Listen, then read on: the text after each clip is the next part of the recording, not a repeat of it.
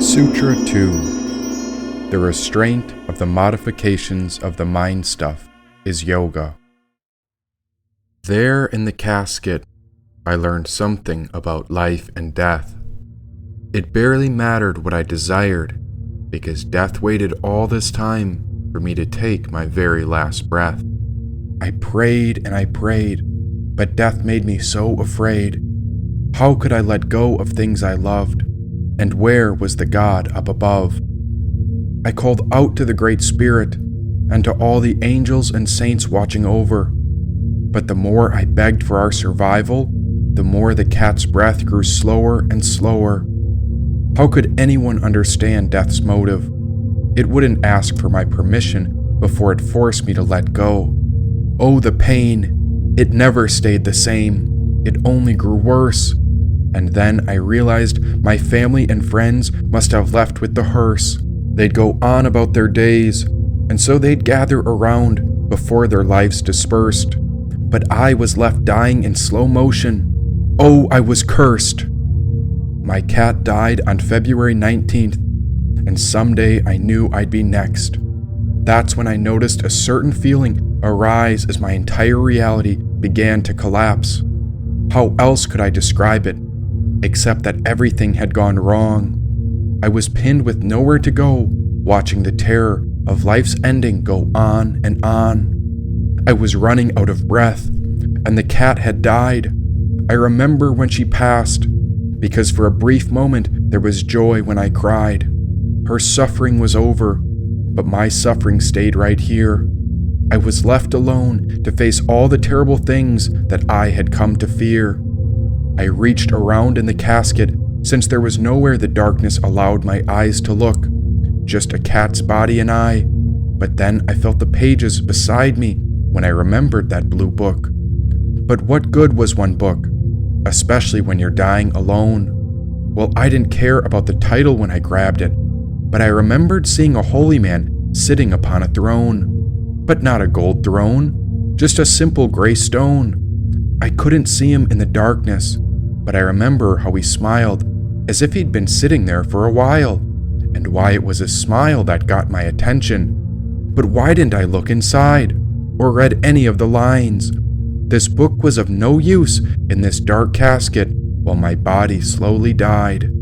Oh, I cried and I cried, but my soul wouldn't die, and after enough time, all I could do was open the book and try to look inside.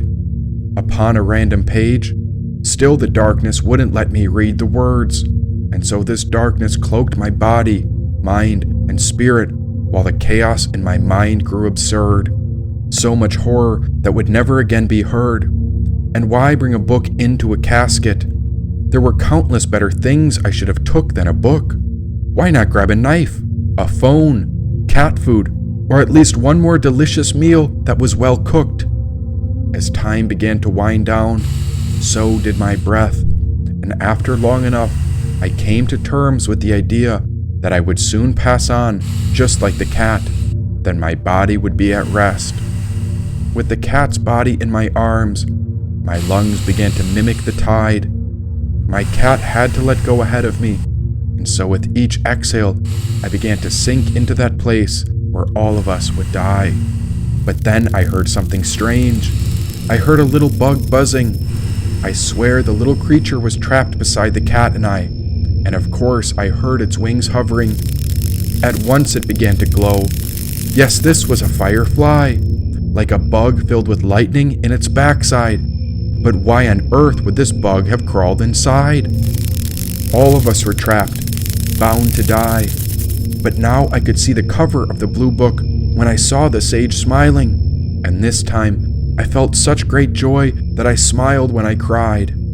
A moment later it was dark, but who was that unknown Swami from the ancient East? And suddenly the firefly lit its lightning lamp when I read the name of the book. This was the Yoga Sutras of Patanjali.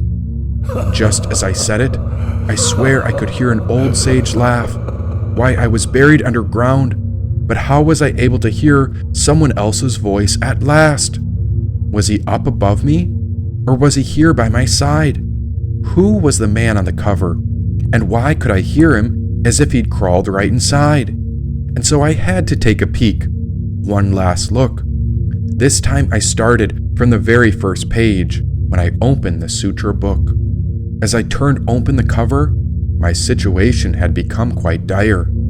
I was almost out of breath, and I knew how the truth of death would soon transpire. Then came that lightning bug again, and so it lit its lamp. Another gentle glow as I began to let go, but this time I surrendered without a fight. I could hear a voice as I read. It was of a man I never knew, and so he said, Die, die, into this love, dying into the truth. Once you die into this love, you can receive the Spirit in full. Die, die, and don't fear this death, for you shall rise dancing from this soil. Die, die, and detach from this self, for this self is a chain, and you are like a prisoner to the lower self. Take hold of an axe and pierce your way out. When you break free of this prison, you are the rulers. You are the kings and queens. Die, die, before that beautiful king and queen. Once you die before this ruler, you are sovereign, a protector of the divine regime. Die, die, and come out from behind this cloud. Once you abandon this cloud, you are the brilliant moon, in full, lighting the way. Silence, silence, for silence is the breath of this death. When you roar in silence, what speaks is life itself, said its voice. I hear these words, but they are absurd. What are you trying to say with these words that I've heard? Soul retrieval. This is the path of the sacred protector, but in that body, you've gotten too attached to a human's exterior. Don't you wonder about what's within this moment and how it never seems to end? The soul goes on forever, but somehow the body hates when the living function has to end, said the voice. But what about the forever? We've been here right now. However, life should be lived as one great endeavor, a journey to the end where a new beginning lasts forever. And once we get there, we remember this body is a place we must let go. And that's why you found the blue book, my son. The sutras are the only thing every man, woman, and child must know, said the voice. A sutra? Yes, a thread, or something like a strand. A divine connection that relinks our souls with the hearts through our mind, which connects back to every single human. It's the only thing that cannot die. The Holy Spirit cannot break.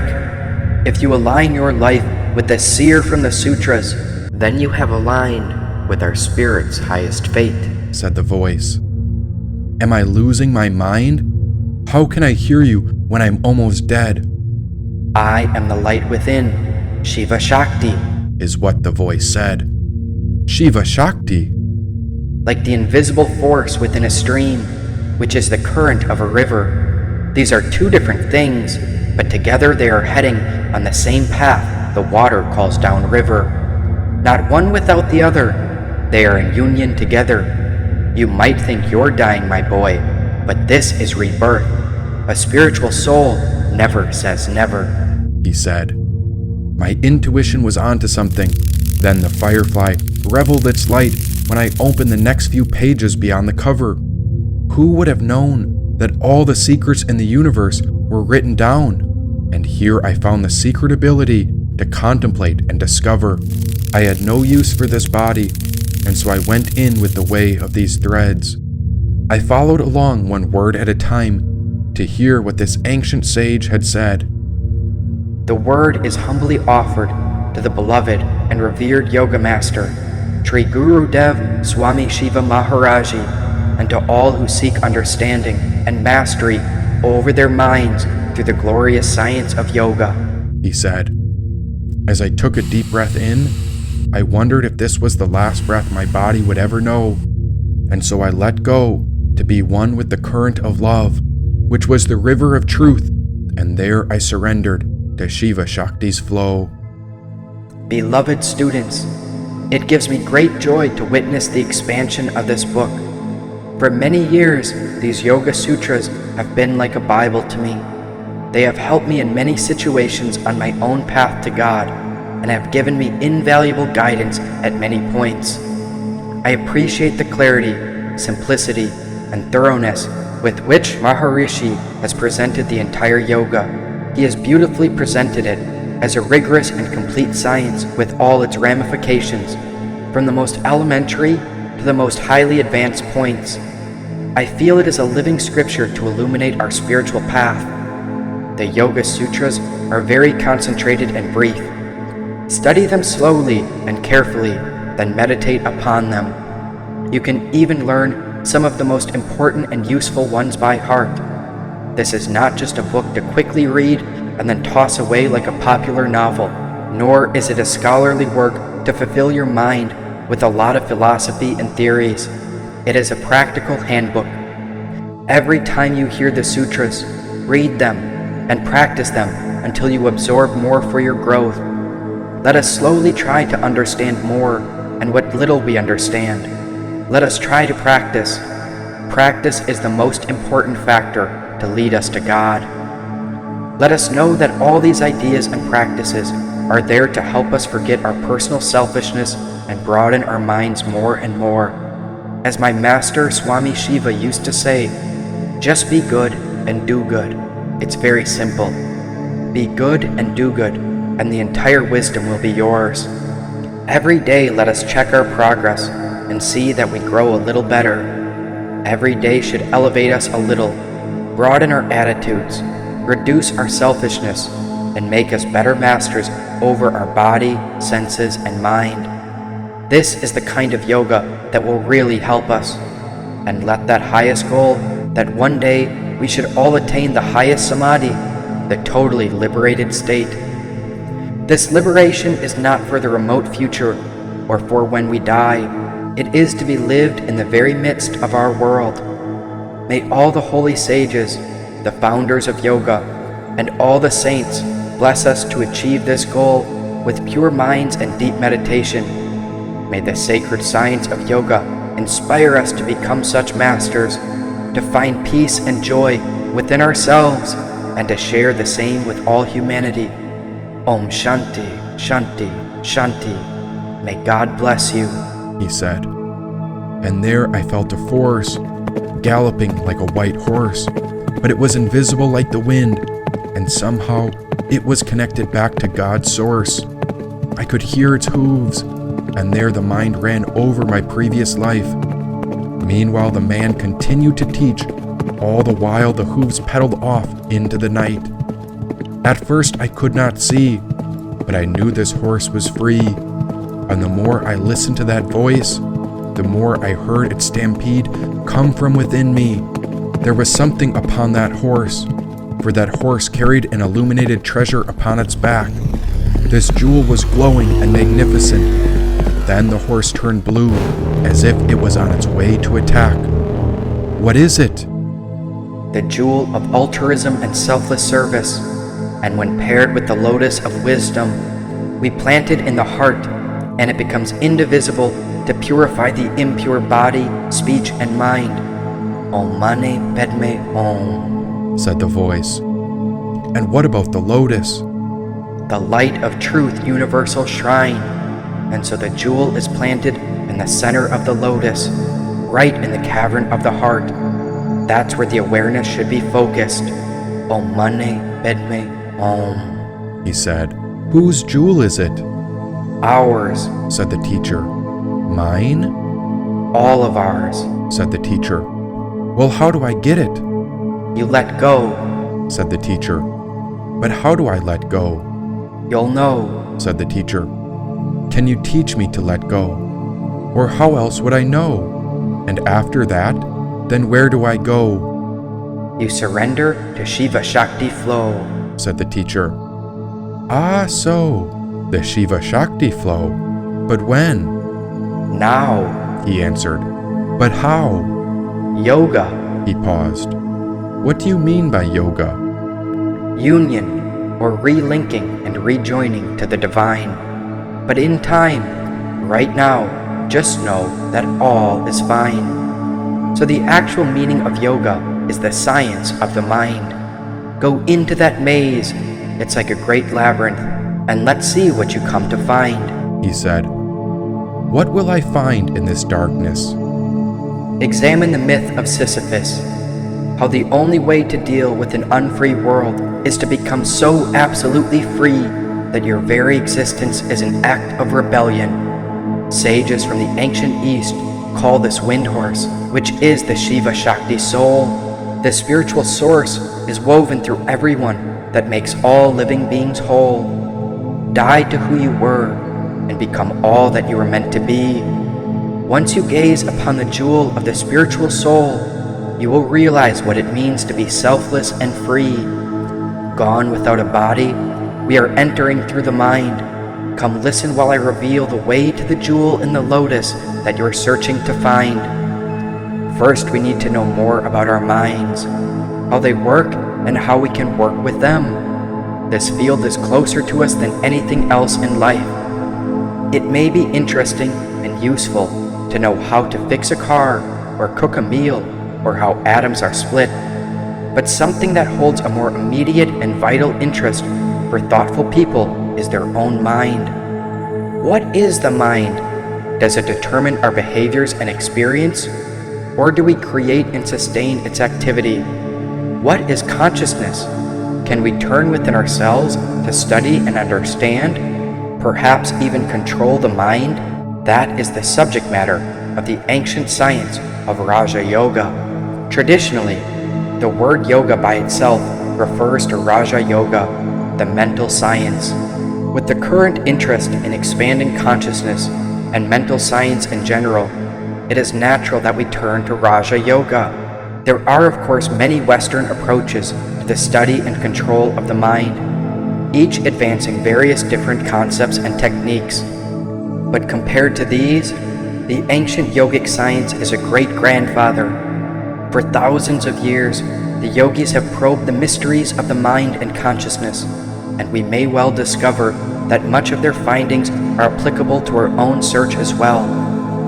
The primary text of Raja Yoga is called the Yoga Sutras of Patanjali. Sutra literally means thread, each sutra being the barest thread of meaning upon which a teacher might expand by adding his or her own beads of experience for the sake of the students. There could be more than 200 threads, traditionally divided into 4 sections. The first is the portion on contemplation, which gives the theory of yoga and a description of the most advanced stages of the practice of samadhi or contemplation. This probably was given first as an inspiration to the students to begin the practices. The second is the portion of practice. There is philosophy in this section also, but of a more practical nature, and the first 5 basic steps out of the traditional 8 limbs of Raja Yoga are expounded, along with their benefits, obstacles to their accomplishment, and ways to overcome the obstacles. The third section is called the portion of accomplishments, and the fourth is the portion of absoluteness, which discusses yoga from a more cosmic, philosophical viewpoint. It does not need to be known when Sri Shiva Patanjali lived, or even if he was a single person rather than several persons using the same title. Some estimates of the date of the sutras range from 5000 BC to 300 AD. In any case, he did not in any sense invent Raja Yoga, but rather systemized it and compiled the already existing ideas and practices. Since that time, he has been considered the father of yoga, and his sutras are the basis for all of the various types of meditation and yoga which flourish today in their myriad forms, he said. So what is this approach? What do they call it? Integral, or the yoga of synthesis, as it takes into consideration all the aspects of an individual: physical, emotional, mental, intellectual, and social. You should know that integral yoga is not different in any way from Raja Yoga. Union is union. When the link to God has been made, it does not matter what you call it, or if a religion claims it. but rather it just is. Raja Yoga itself is an integral approach that takes into consideration the entire life of a person. Its philosophy is scientific. It welcomes, and in fact, demands experiential verification by the student. Its ultimate aim is to bring about a thorough metamorphosis of the individual who practices it sincerely. Its ultimate aim is to bring about a thorough metamorphosis of the individual who practices it sincerely, said the teacher. A metamorphosis? Yes, the bloom into fullness, wholeness, and abundance. Look and find it now. Can you remember the feeling of Windhorse's spiritual jewel? She is always galloping as the river of Shiva Shakti goes on forever. The goal is nothing less than a total transformation of a seemingly limited physical, mental, and emotional person into a fully illuminated, thoroughly harmonized, and perfected being. From an individual with likes and dislikes, pains and pleasures, successes and failures, to a sage of permanent peace, joy, and selfless dedication to all of creation. We see the fruition of this science in Sri Swami Shiva Saraswati Satchidananda. He was born and brought up in a small village in South India. He later studied agriculture, science, and technology, and worked in various technical and commercial fields.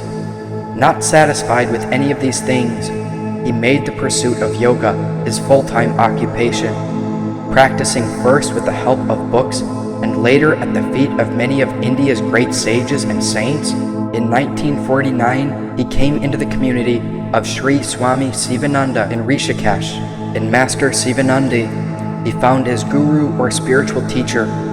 He took monastic initiation from Master Sivananda and lived, worked, and taught at Sivananda Ashram for several years until he was asked by the master to bring the teachings of yoga to Sri Lanka. From there, Sri Guru Dev was invited to the other countries in the Far East, and then in 1966 to the West. He never called himself an exclusive member of any one faith, group, or country, but rather dedicated himself to the principle that truth is one, paths are many.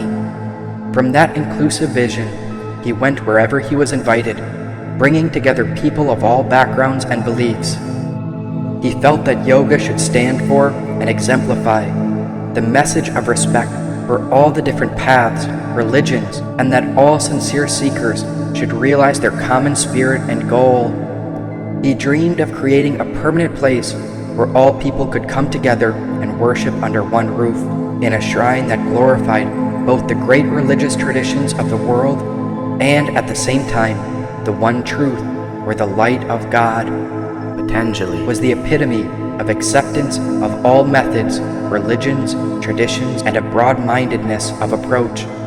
He did not limit his instructions to one particular technique, to members of any particular religion or philosophy, or in any other way.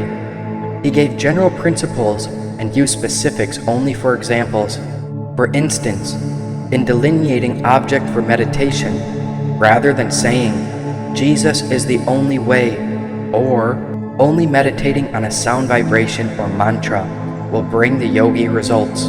He simply gave various possibilities to choose from and then concluded that we should meditate on anything a person may choose which is elevating. Every time you hear these words, you may want to add 1 or 2 sutras to your memory bank. May the greatness of all the realized yogis of every tradition be upon us, that we may succeed in realizing the peace and joy which is the divine truth within us. Om Shanti, Shanti, Shanti, said the teacher. But great teacher, if I am here to die, then why wait? Why not suicide? The longer we live, the more opportunities we have to give. By living to the fullest, we can heal the karma of our life, our families, and our world. So rather than quit, we must be gentle, as we are called to serve others and to forgive, he said. The idea of suicide had arisen out of nowhere because I remembered a time when I was stuck in a casket and abandoned with no familiar joy or love. But what if the realization of the meaninglessness and the absurdity of life requires suicide? Life does follow an absurd condition. We build our life on the hope for tomorrow, yet tomorrow brings us closer to death and to the ultimate enemy. People live their lives as if they were not aware of the certainty of death. If the world was to be stripped of its common romanticism, the world is a foreign and strange, inhumane place. The true knowledge is impossible, and rationality and science cannot explain the world. Their stories ultimately end in meaningless abstractions and metaphors. This is the absurd condition, and from the moment absurdity is recognized, it becomes a passion, the most harrowing of all. It is not the world that is absurd, nor human thought. The absurd arises when the human need to understand meets the unreasonableness of the world, when the appetite for the absolute and for unity meets the impossibility of reducing this world to a rational and reasonable principle. Taking the absurd seriously means acknowledging the contradiction between the desire of human reason and the unreasonable world. Suicide, then, should be rejected. Without man, the absurd cannot exist. The contradiction must be lived. Reason and its limits must be acknowledged without false hope. While the question of human freedom in the metaphysical sense loses interest to the absurd man, he gains freedom in a very concrete sense. No longer bound by hope for a better future or eternity, without a need to pursue life's purpose or to create meaning, he enjoys a freedom with regard to common rules. To embrace the absurd implies embracing all the unreasonable world has to offer. Without meaning in life, there is no scale of values. What counts is not the best living, but the most living. Thus, we arrive at the three consequences from fully acknowledging the absurd: revolt, freedom, and passion, he said. So how should the absurd man live? No ethical rules apply, as they are all based on higher powers of justification. Integrity has no need for rules. Everything is permitted. And this is not an outburst of relief or of joy, but rather a bitter acknowledgement of a fact. Think of the absurd life of Don Juan, the serial seducer who lives the passionate life to the fullest. There is no noble love but that which recognizes itself to be short-lived and exceptional. Isn't that what life is? Gone in a flash. Someday you will die, just like me, but can you discover that spiritual treasure in which we help set all souls free? He said. Free? Are you talking about eternity? I'm talking about the Weaver, and so they call him Kalki, said the teacher. Who? There is an absurd man called the Conqueror, or that warrior who foregoes all promises of eternity to affect and engage fully in the moment, that here and now. He chooses to infuse action with contemplation, aware of the fact that nothing can last and no victory is final. Imagine an absurd man as a creator or an artist, since an explanation is impossible. Absurd art is restricted to a description of the myriad experiences in the world. If the world were clear, art would not exist. Absurd creation also must refrain from judging and from alluding to even the slightest shadow of hope. Therefore, it surpasses hope and fear. And so this leads us to your question, free from suicide and even freed from death. Is there a way that the soul can be at ease when the body has nothing left? That brings us to the myth of Sisyphus, who defied the rulers and put death in chains so that no human needed to die. When death was eventually liberated, and it came time for Sisyphus himself to die, he devised an idea, which led to his escape from the underworld. After capturing Sisyphus, the rulers decided that his punishment would last for all eternity. He would have to push a rock up a mountain. Upon reaching the top, the rock would roll down again, having Sisyphus start over. Sisyphus is Shiva Shakti, the absurd hero who lives life to the fullest, hates death, and is condemned to a meaningless task. Look at the modern world, and to so many modern lives working futile jobs in factories and offices. The workman or workwoman of today works every day in his or her life at the same tasks, and this fate is no less absurd, but it is tragic only at the rare moments when it becomes conscious. I am interested in Sisyphus's thoughts when marching down the mountain to start anew. After the stone falls back down the mountain, during that return, that pause, is when Sisyphus becomes very unique and auspicious. A face that toils so closely to stone is already a stone itself. I see that man going back down with a heavy yet measured step toward the torment of which he will never know the end. This is the tragic moment when the absurd hero becomes conscious of his wretched condition. He does not have hope, but there is no fate that can be surmounted by scorn. Acknowledging the truth will conquer it, so Sisyphus, just like the absurd man, continues pushing. Even when Sisyphus acknowledges the futility of his task and the certainty of his fate, he is free to realize the absurdity of his situation and to reach a state of contented acceptance. As we gaze at Sisyphus, we see him smile and wink. Can you hear him whisper that all is well? Said the teacher. Are you hinting that Sisyphus found peace? Even with great dis-ease, Sisyphus's mind found a way to be free. That is a very similar path to the one named Kalki, he said. But how? Yes, that's the question to understand. How is that peace possible in any woman or man? Asked the teacher. Peace? Why, yes, I'd like to be at peace. May all beings be at peace. May all beings be free. May all beings have something to eat. May all beings have a safe place to sleep. This begins our study of Raja Yoga, or Ashtanga, known as 8 limbs. The Yoga Sutras are expounded by the sage who comprise the first and foremost scripture of yoga, so too I read them now. These sutras, or threads, are combinations of words threaded together. Within the space of these various short sutras, the entire science of yoga is clearly delineated. Its aim, the necessary practices, the obstacles you may meet along the path, their removal, and precise descriptions of the results that will be attained from such practices. Are you ready? Asked the teacher. I don't know. I think so. But then again, I'm dying. A river is always ready, but it's never in a rush.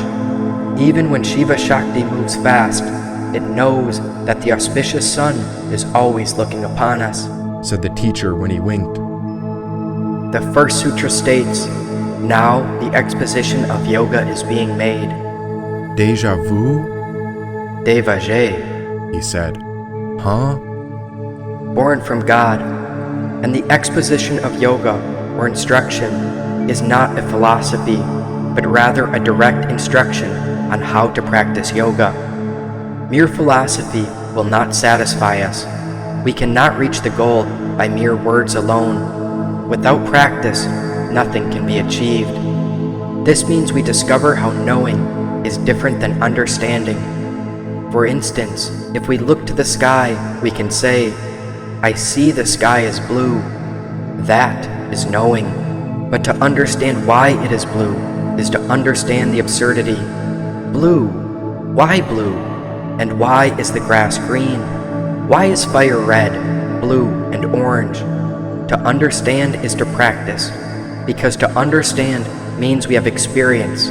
Practice leads to experience, said the teacher. But about peace and becoming free, where do we find that ease? The second sutra says, Yoga Chitta Vritti Narodaha, which means the restraint of the modifications of the mind stuff is yoga, he said. The mind stuff? Yes. If the restraint of the mental modifications is achieved, one has reached the goal of yoga, or union with God, which means you are at peace. The entire study of yoga is based on this. If you can control the rising of the mind into ripples, you will experience yoga or union, which is the peace and ease you seek, he said. Then that's when I'm free? You'll see.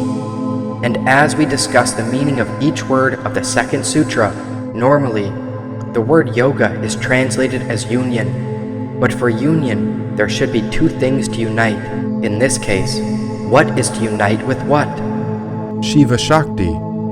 Yes, the current and the river, the method and the wisdom. So here we take the yoga to mean the yogic experience, or the experience of this river's flow in the way that the water goes. The extraordinary experience is gained by controlling the modifications of the mind stuff. In itself is called yoga.